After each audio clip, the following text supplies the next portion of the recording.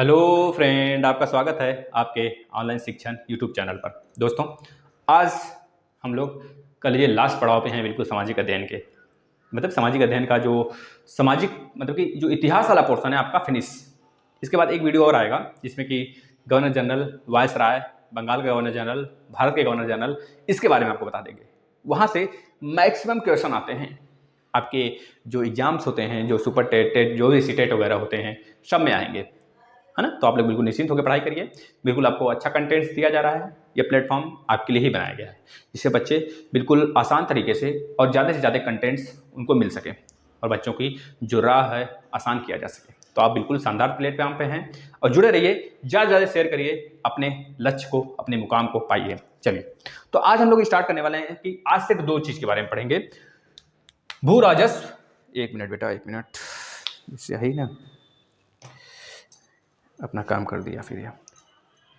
चलिए बेटा, आज हम पढ़ने वाले हैं भू राजस्व और ब्रिटिश उपनिवेशक के चरण। ब्रिटिश उपनिवेशक के 3 चरण होते हैं। तीनों चरण को पहले देखेंगे, फिर इसके बाद हम देखेंगे भैया कि ब्रिटिश भू राजस्व, जैसे कि आपका हो गया स्थायी बंदोबस्त हो गया, रैयतवाड़ी व्यवस्था हो गया, माहलवाड़ी व्यवस्था हो गया, ये सब क्या होते हैं और किसके समय शुरू हुआ था, जो कि आपके सिलेबस में भी है। आप बिल्कुल शानदार तरीके से पढ़िएगा। अब ऐसा नहीं है कि आपके सिर्फ थर्ड सेमेस्टर में ही काम देगा या नहीं, ऐसा नहीं है, क्योंकि अभी एक गाइडलाइन जारी की गई है, आपको पता होना चाहिए कि 50 नंबर का जीके वगैरह भी पूछा जाएगा, है ना। तो ये सब आप देखते रहिए, हमने जो भी इन्फॉर्मेशन लाएंगे आपके लिए उचित के लिए लाएंगे। आप पहली बात है, बहुत से बच्चे परेशान हो जाते हैं इस वजह से कि उनको गलत अफवाह मिल जाता है, अफवाह के तौर पर कुछ मिल जाता है, बच्चे परेशान हो जाते हैं। तो परेशान न हुआ करें आप। ऑनलाइन शिक्षण आपके लिए बेहतर प्लेटफॉर्म है, वो जो भी लाएगा आपके हित के लिए होगा, हित के लिए लाएगा बेटा। आप लोग बिल्कुल निश्चिंत रहिए। चलिए, अब एक चीज, पहला अगर हम बात करते हैं बेटा ब्रिटिश उपनिवेश के चरण, तो पहला चरण लिखेंगे प्रथम चरण। प्रथम चरण डालकर लिख लेंगे। प्रथम चरण क्या था, कब से कब तक मानते हैं? 1757 से लेकर 1813 तक, 1813 तक यह प्रथम चरण है बेटा, याद रखेंगे। तो इसमें क्या हुआ था, द्वैध शासन, जो आपका लॉर्ड लॉर्ड क्लाइव था बेटा, वो द्वैध शासन स्टार्ट किया था, है ना, याद रखेंगे। लॉर्ड क्लाइव द्वैध शासन स्टार्ट किया था। और जो आपके पहले बंगाल के गवर्नर जनरल थे, है ना, हेस्टिंग्स साहब, उन्होंने बंद कर दिया था द्वैध शासन को। यह बात हम कल वाले क्लास में लेंगे, पूरा डिस्कस करेंगे अच्छे से, जितने भी गवर्नर जनरल हैं सबके बारे में। अभी तो द्वैध शासन स्टार्ट हुआ था और इसी समय धन लूट का कारण भी माना जाता है। जो यह चरण था, धन लूट का कारण भी माना जाता है, द्वैध शासन का भी कारण माना जाता है। क्योंकि बेटा एक इतिहासकार थे के.एम. पडिक्कर, आपने पढ़ा होगा, के.एम. पडिक्कर, इन्होंने ही जो इसकी संज्ञा दी गई है, जो लूट मार, जो अंग्रेजों की इस प्रथम चरण में जो कारनामे कर रहे थे लोग, लूट मार की व्यवस्था कर रहे थे, इसको के.एम. पडिक्कर ने बोला है लुटेरा। क्या बोला है? लुटेरा बोला है, यानी कि कलिए डाकुओं की संज्ञा दिए हैं के.एम. पडिक्कर इस काल में जो ब्रिटिश काम कर रहे थे। अब इनका काम का क्या था बेटा? द्वैध शासन, जैसे लूटने का उद्देश्य, जैसा कि आपको पता होगा 1813 में जो कह लीजिए कि जो वहाँ की महारानी थी, जो east India company, British east India company थी बेटा, उसका जो है एकाधिकार समाप्त कर दी थी, व्यापार से एकाधिकार समाप्त कर दी थी। लेकिन केवल चाय के व्यापार को छोड़ के, कि चाय का व्यापार आप चीन के साथ कर सकते हो, लेकिन और जो है और सारे काम से मोनोपोली हटा दी गई थी। पूछा जाता है कि जो आपके ब्रिटिश कार्रवाई हुई थी, ब्रिटिश की महारानी जो थी बेटा, वह जो ब्रिटिश ईस्ट इंडिया कंपनी के लिए कौन सा मुहिम छेड़ी थी, या फिर कब इनका जो है एकाधिकार समाप्त हुआ था व्यापार से, तो बता देंगे 1813 से। लेकिन अगर पूछा जाता है पूरी तरीके से एकाधिकार कब समाप्त हो गया था ईस्ट इंडिया कंपनी का, तो बताएंगे 1833 से बेटा। उस समय चाय का व्यापार के लिए भी अनेक यूरोपीय आने लगे थे अपना व्यापार करने यहाँ पे, और सबको इजाजत मिल गया था कि जिसका माल अच्छा होगा उसका बिकेगा। ऐसे तो खराब है ना कि एकाधिकार हो, जैसे कि जियो हो गया और एयरटेल हो गया, इससे बहुत ज़्यादा कंपटीशन में है। जियो के कारण ही देख रहे हैं मार्केट जो व्यवस्था है हमारे सिम का, हमारे डिजिटल तरीका बिल्कुल सुधर चुका है। सुधर क्या चुका है? कंपटीशन आ गया है मार्केट में। अगर वही मोनोपाली होती, सिंगल केवल जियो होता, क्योंकि जियो जो बेटा बहुत ज़्यादा उफान पे है इस समय, है ना, तो उसमें बहुत ज़्यादा निवेश आ रहे हैं बाहर से, जो कह लीजिए जो फॉरेन जो निवेश है सबसे ज़्यादा वहाँ पे आ रहे हैं, है ना, तो उस कंपनी में आ रहे हैं, इस वजह से वो बहुत ज़्यादा उफान पे है। और चाहे अगर एयरटेल अगर बंद कर देगा तो मोनोपोली हो जाएगा, एक तरह से जियो अपने मनमानी करेगा, आपको मजबूरी हो जाएगी ना, क्योंकि आप उसके आदी बन चुके हो। इसी तरह यह भी था, इसको कि द्वैत शासन के थ्रू, मतलब जब इसको बंद किया गया, इसके पहले यह उफान पे था, अपनी मनमानी किया जा रहा था, सड़े गले, मतलब जैसा मन करता था उस तरह व्यापार करता था। लेकिन बाद में इसको बंद कर दिया जाता है, केवल चाय को, व्यापार को छोड़ के, याद रखेंगे बेटा। यह प्रथम चरण था। इस प्रथम चरण, चाहे द्वितीय चरण हो चाहे तृतीय चरण हो, तीनों का तीनों चरण में इनकी जो नीति थी बेटा, इन अंग्रेजों की जो नीति थी ना, वो हमारे हित में नहीं थी। हमारे हित में अगर ये सोचते तो आज हम लोग, मतलब इस तरह कदर हम लोग का जो कृषि व्यवस्था है, हम लोग का जो चिड़िया बोलते हैं चिड़िया के सोने की चिड़िया भारत थी, अब मिट्टी की चिड़िया भी नहीं बची है ना। तो इस तरह की ये सारे कारनामे करके चले गए हमारे भारत से, लूटपाट हुआ, हर जगह लूटना पाटना, चाहे वो जिस फील्ड में देख लें, चाहे वो जिस फील्ड में आप उठा के देख लें, हर फील्ड में इनका यही रणनीति रहती थी, किसी तरह लूटो खाओ। यह पहली चरण था, आप इसे नोट कर लेंगे। द्वैत शासन आया था। द्वैत शासन मतलब आज का जो भारत है बेटा, आप देखेंगे भारत में तो गवर्नर जनरल होते हैं, गवर्नर जनरल नहीं, गवर्नर होते हैं, गवर्नर और प्लस राष्ट्रपति। राष्ट्रपति जो होते हैं केंद्र में होते हैं, और गवर्नर जो होते हैं हमारे राज्यों में होते हैं। तो गवर्नर जो होते हैं बेटा वो राज्य का हेड होते हैं, और राष्ट्रपति जो होते हैं केंद्र का हेड होते हैं, पूरे भारत का हेड होते हैं। इस तरह भी तो द्वैत शासन हुआ, जो अस्थायी रूप से, जो बिल्कुल हमको दिख रहा है हमारे ऊपर, जो बिल्कुल मतलब कि पूरी तरीके से शासन कर रहा है, तो केंद्र तो कर ही रहा है, बात की बात है, लेकिन एक तरह से प्रत्यक्ष रूप से जो जिसका शासन है राज्य का ही तो है, राज्य के अनुसार ही तो हम चलते हैं। पुलिस राज्य की, प्रशासनिक सेवा राज्य की, लेकिन एक तरह से कहा जाता है कि केंद्र जो चलाती है बेटा पूरे राज्यों का एक माला में गुथा हुआ है ना। आपका पहला अनुच्छेद बोलता है साफ साफ कि हमारा जो भारत है वो राज्यों का संघ है ना। तो ये बातें आपको पता होगा। यह था हमारा प्रथम चरण, आपको समझ में आया होगा, मतलब कि ब्रिटिशों का प्रथम चरण था, ब्रिटिश उपनिवेश के प्रथम चरण थी बेटा यह। द्वितीय चरण, दूसरा चरण कब से कब तक होता है, आप लिख लेंगे द्वितीय चरण। द्वितीय चरण, द्वितीय चरण बेटा 1813 से लेकर 1858 तक होता है, 1858 तक होता है, जब तक कि हमारी क्रांति नहीं समाप्त हो जाती है, जो 1857 की। उस समय भारत के last governor general of India रहते हैं कैनिंग, और पहले वायसराय ऑफ इंडिया रहते हैं कैनिंग ही। यह बात हम आपको बताएंगे, एक वीडियो लाएंगे उस पर, बिल्कुल अच्छे से वीडियो बनाएंगे उस पर, जिससे कि आपको सुपर टेट तक काम दे। अब देखिए बेटा, इसमें क्या होता है, औद्योगिकरण होता है, ध्यान समझिएगा बेटा, यह औद्योगिकरण। इसके बाद जो एक चीज और होता है इसमें बेटा, क्या होता है, मुक्त व्यापार। मुक्त व्यापार, क्योंकि आपको पता है ना 1813 के बाद 1833 आता है एक अधिनियम, 1833 आता है, इसके बाद 1858 की अधिनियम आती है। तो 1858 के पहले एक 1833 आता है, इसमें मोनोपोली समाप्त कर दी जाती है पूरी तरीके से ब्रिटिश ईस्ट इंडिया कंपनी के। सारे लोग आओ, सारे लोग लूटो। अभी तक तो केवल ईस्ट इंडिया कंपनी लूट रही थी ना, अब सबको इजाजत मिल गई, ईसाई धर्म को भी इजाजत मिल गई, जाओ भैया फ्री में आप ईसाई धर्म का प्रचार करो अपने, जाओ भैया फ्री में ईसाई धर्म का प्रचार करो। पहले इनको लाइसेंस लेना होता था, लेकिन अब लाइसेंस की जरूरत नहीं है बच्चों, तुम जाओ और लूटो खाओ मस्त रहो, अपना भी प्रचार करो, है ना। इस तरह उनको इजाजत मिल गया था। इसी तरह 1833 में पूरी कंपनी जितनी भी थी वहां पे, जितने भी व्यापार के दृश्य थी, सबको भेज दिया गया, जाओ सभी लोग मस्त होकर व्यापार करो, किसी की मोनोपोली नहीं है, सभी लोग करो, है ना। तो इस तरह औद्योगिकरण जो था बेटा बढ़ गया।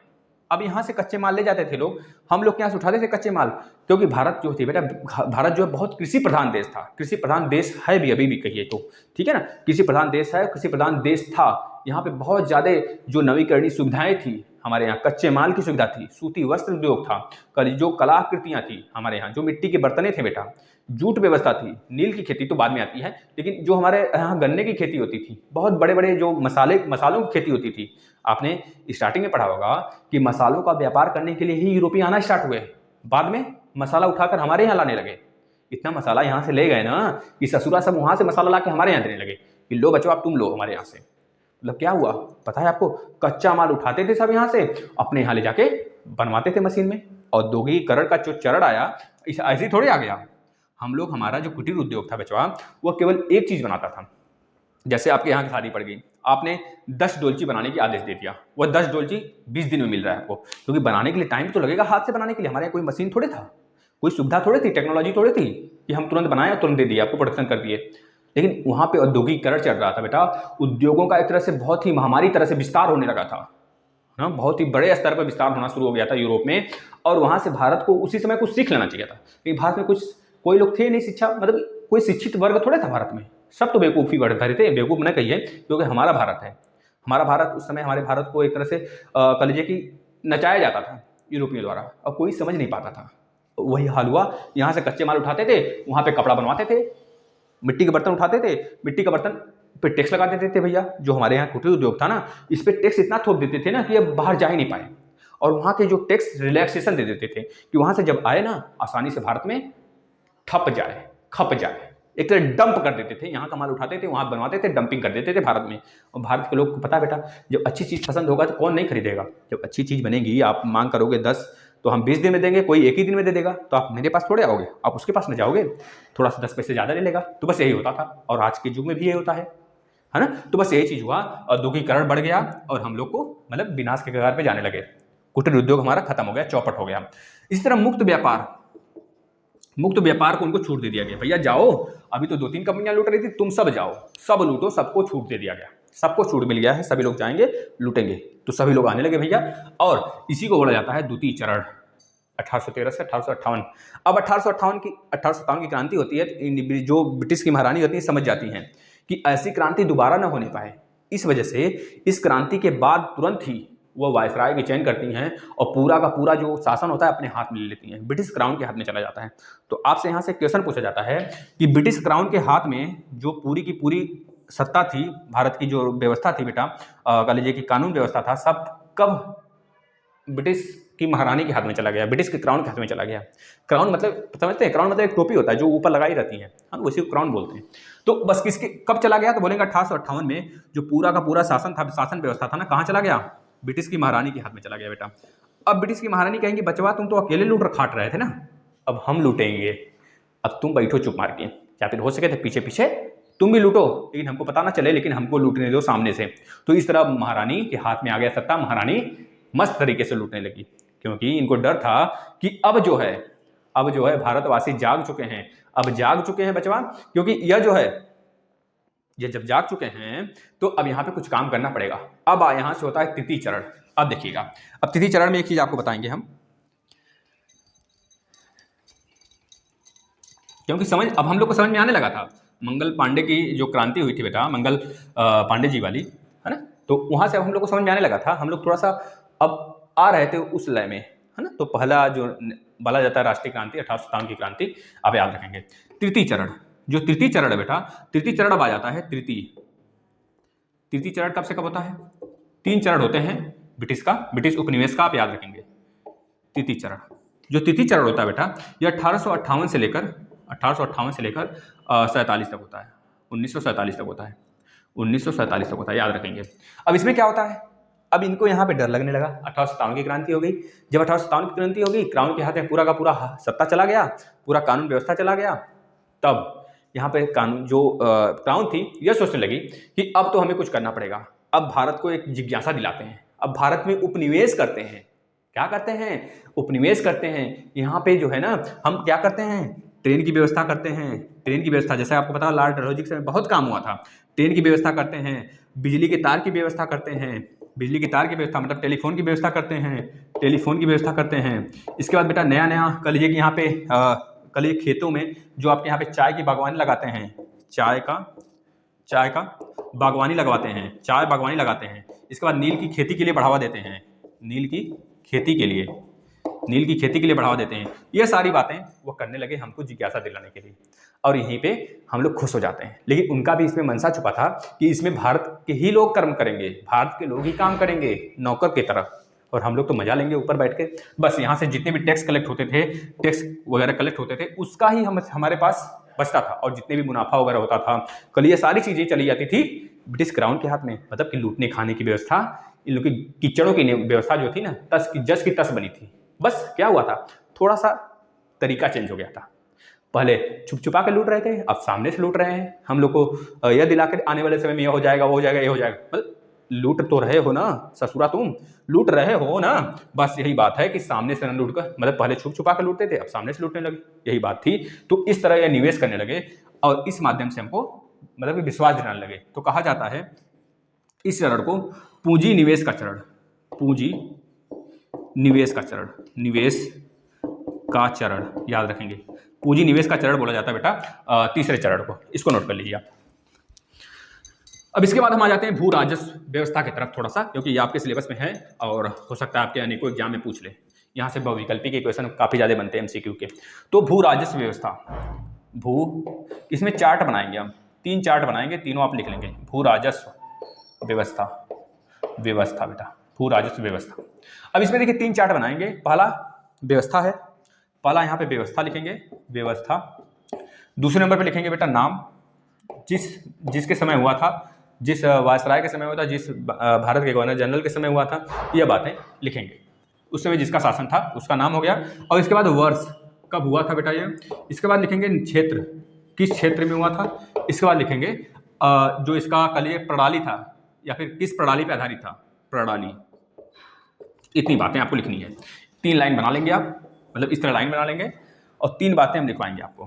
पहला लिखेंगे अस्थाई बंदोबस्त, अस्थाई बंदोबस्त, अस्थाई बंदोबस्त किसके समय हुआ था अस्थाई बंदोबस्त, बताएंगे लॉर्ड कॉर्नवालिस के समय। कॉर्नवालिस, कॉर्नवालिस कब से कब तक था भारत में, तो बताएंगे 1786 से लेकर 93 तक बेटा। जो लॉर्ड कॉर्नवालिस था बेटा, यह जो अस्थाई बंदोबस्त था कब लाया था, तो बता देंगे 1793 में, 1793 में लाया था बेटा, याद रखेंगे 1793 में लाया था। किस क्षेत्र में लगाया गया था अस्थाई बंदोबस्त, तो बताएंगे अस्थाई बंदोबस्त क्या होता है, पहले देख लीजिए।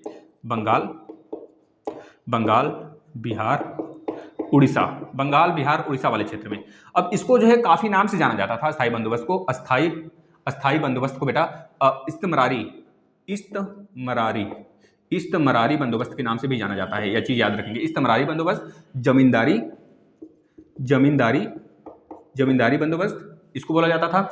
इसमें क्या होता था, जो जमींदार होते थे बेटा ना, वह लगान वसूलते थे भारत के 19%, ये भी याद रखेंगे, 19% भाग से यह काम होता था। जो बंगाल, बिहार, उड़ीसा का क्षेत्र था उसका 19% भाग पे, मतलब पूरी तरीके से 19% भाग पे लगाया गया था। जो जमींदार थे बेटा, जमींदार को अंग्रेज सेट करते थे कि आप जो है लगान वसूलिए, लगान जितना वसूलेंगे उसमें से 1/11 भाग आप रखेंगे और 10/11 भाग किसको देंगे, ब्रिटिश के हाथ को देंगे, ब्रिटिश के क्राउन को देंगे, ब्रिटिश के क्राउन के पास आएगा, मतलब जो उस समय शासन कर रहा होगा उसके पास आएगा। तो यह था बेटा जमींदारी प्रथा, जिसे इत्तेदारी प्रथा बोलते थे। यह डायरेक्ट जमींदार वसूलते थे। जमींदारों को भी डर रहता था क्योंकि इसके बाद एक कानून लाया गया था, सूर्यास्त कानून, सूर्यास्त कानून। ये जो जमींदार होते थे बेटा वो हम ही लोग होते थे, हम ही आप लोग होते थे, क्योंकि उनको डर था ना कि हम लोग तो ये काम कर नहीं पाएंगे, करेंगे तो हमारे में से बीच के बिचौलिए ही करेंगे। अब बस बिचौलिया काम हिंदू में से चुन लिए जो तगड़े थे, जो महालवाड़ी हो गए, जो पहले जो चौधरी हो गए, जो पहले गुज्जर वगैरह होते थे, वो सारे लोग है ना, तो राजपूत वगैरह, इन लोग को बना दिया जाता था। अब यह स्थायी बंदोबस्त का काम करने लगे। अब स्थायी बंदोबस्त में इनका काम होता था कि सूर्यास्त कानून एक लाया गया अंग्रेजों द्वारा। उस सूर्यास्त कानून के पहले जिस दिन हमको जैसे महीने के अंत में वो मिलता है ना तनख्वाह वगैरह, तो महीने के अंत में या फिर 2 महीने 3 महीने जब भी इनका क्राइटेरिया सेट किया गया रहता था, उस समय यह अपना 1/10 लेकर 1/11 लेकर 10/11 किसको देंगे, अंग्रेजों को देंगे। और अगर सूर्यास्त से पहले दे देते हैं, जिस दिन वसूली होने की होती है, अगर उस दिन दे देते हैं सूर्यास्त से पहले, तब तो ठीक है भैया, अब जमींदारी आपके पास रहेगी। लेकिन सूर्यास्त से बाद अगर लाते हो या फिर 1-2 दिन लेट होता है तो आपकी जमींदारी छीन जाएगी। इस वजह से जमींदार भी अत्याचार करते थे हम लोग के बेटा। वहाँ के जमींदार होते थे जो वह खेत वसूल लेते थे, खेत ले लेते थे भैया, खेतों पे अगर न देते थे तो उनके घर के सारे बर्तन हो गए, कपड़े हो गए, उनको मारना पीटा, मतलब बहुत ज़्यादा अत्याचार करते थे लोग। तो यह बात आप लिख लेंगे इसके बाद, क्योंकि उनकी भी मजबूरी थी, है ना, तो अपना काम के लिए वो करते थे। अब इसके बाद तीसरी चीज लिखेंगे, मतलब दूसरा, अच्छा इसको इरेज कर दिए हम, आप लिख लेंगे दूसरी चीज। जो दूसरा एक चीज आया था बेटा, रैयतवाड़ी, रैयतवाड़ी, रैयतवाड़ी बंदोबस्त। यह भारत के 19% भाग पे लगता था बेटा, बंगाल, बिहार, उड़ीसा वाले क्षेत्र पे। और जो रैयतवाड़ी था यह किसके समय आया था, बता देंगे, ये कार्ल रीड था, एक कार्ल रीड बेटा, क्या नाम रहता है, कार्ल रीड। कार्ल रीड का ही है, पहले तो कार्ल रीड शुरू कर देता है इसे 1792 में, 1792, यह 1793 में था बेटा, यह 1792 में आ जाता है ना। आप लोग क्रम से याद कर लेंगे, याद हो जाएगा, बिल्कुल नहीं भूलने वाले हैं। कार्ल रीड शुरू करता है 1792 में, लेकिन मुनरो इसे सुचारू रूप से चलाता है 1820 के आसपास में। 1820 से मुनरो जो है इसे कंटिन्यू चला देता है। इसमें क्या था, यह किस क्षेत्र में लगा था सर, तो बता देंगे यह मद्रास, बंबई, असम, मद्रास, बंबई, और असम वाले इलाके में लगा था। मद्रास, बंबई, असम वाले इलाके में लगा था। इसमें क्या होता था सर, इसमें जो किसान होते थे बेटा, इसमें क्या होता था, जमींदार वसूलते थे।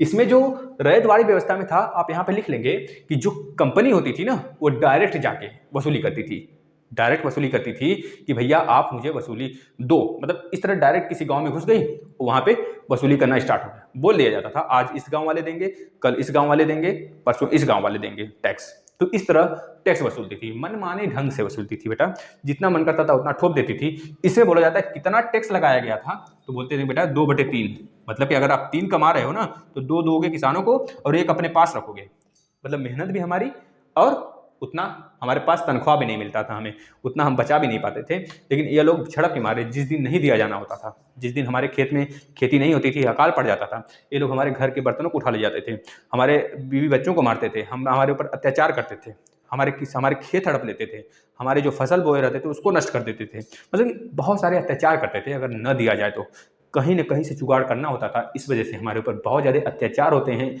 और आगे आने वाले समय बहुत ज़्यादा कल ये किसान विद्रोह भी होते हैं, है ना। मुंडा विद्रोह हो गया, मोपला विद्रोह हो गया, कुका विद्रोह हो गया, कुकी विद्रोह हो गया, बहुत सारे विद्रोह होते हैं, है ना बेटा, बहुत सारे विद्रोह देखने को मिलते हैं। सब यही सब कारण होता है।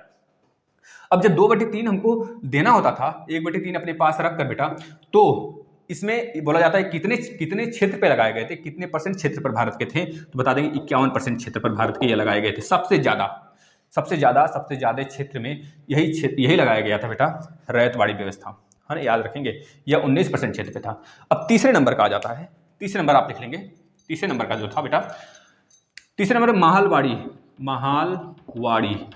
व्यवस्था। महालवाड़ी व्यवस्था में क्या होता था, यह हाल्टर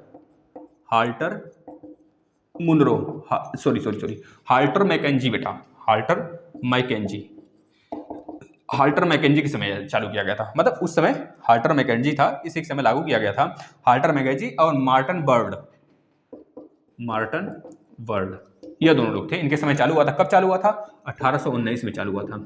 यह 1793, 1792 में, 1820 से कंटिन्यू हो गया। इसके बाद 1819 में यह आ जाता है आपका महालवाड़ी।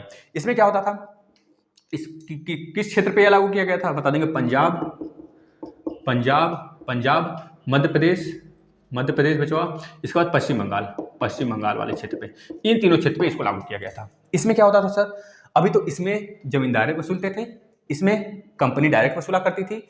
इसमें महालवाड़ी में क्या है ना बेटा, पूरा का पूरा गांव को ही वसूली देता था, कहा जाता था, या पूरा जो जितना गांव है ना उससे वसूला जाता था। जितने गांव हैं, जैसे यहाँ पे क्या होता था, कंपनी वसूलने जाती थी गांव में, और यहाँ पे जमींदार वसूलते थे, मार टपट कर अत्याचार कर किसी तरह वसूलते थे। और यहाँ पे कंपनी खुद अत्याचार करती थी, वसूलती थी, बच्चों को उठा ले जाती थी, उनको मारती पीटती थी नहीं देने पर। और यहाँ पे क्या हो गया, गांव को बोल दिया गया कि आप दोगे, इतने समय फिक्स कर दिया गया, आप टैक्स दोगे। और कितना परसेंट लिया जाता था, याद रखिए बेटा, 1 मिनट बेटा, इसमें हमने बता दिया 2/3 क्या, इसमें नहीं, इसमें तो डायरेक्ट वसूला जाता था ना, इसमें नहीं है टैक्स, ऐसा कुछ इसमें टैक्स का वह नहीं था कि आप इतना परसेंट दोगे, है ना। लेकिन इसमें था, जो आपका महालवाड़ी है, इसमें 2/3% देना होता था, मतलब 1/3 अपने पास रखोगे, ना देने पर विरोध होता था और आपको देना पड़ता था बेटा लगभग 66%, आप जो है ना किस अंग्रेजों को दोगे, और जितना बचा आपका 30 जोड़ेंगे 34% आप अपने पास रखोगे, मतलब 100% मजदूरी आपकी, 66% इनके पास जाएगी और 34% या क्यों नहीं ऐसा कर लिए तुम भैया कि 100% जो हमारी मजदूरी होती थी उसमें से तुम 66% काम भी कर लेते। लेकिन ऐसा कुछ नहीं होता था, ससुरा साहब सुविधा भी नहीं देते थे और प्लस लूटते अलग से थे। यह चीज़ याद रखेंगे बेटा, बहुत अत्याचार हुआ है हमारे भारतीय भाइयों पर, जिनकी वजह से आज हम आज़ाद हुए हैं।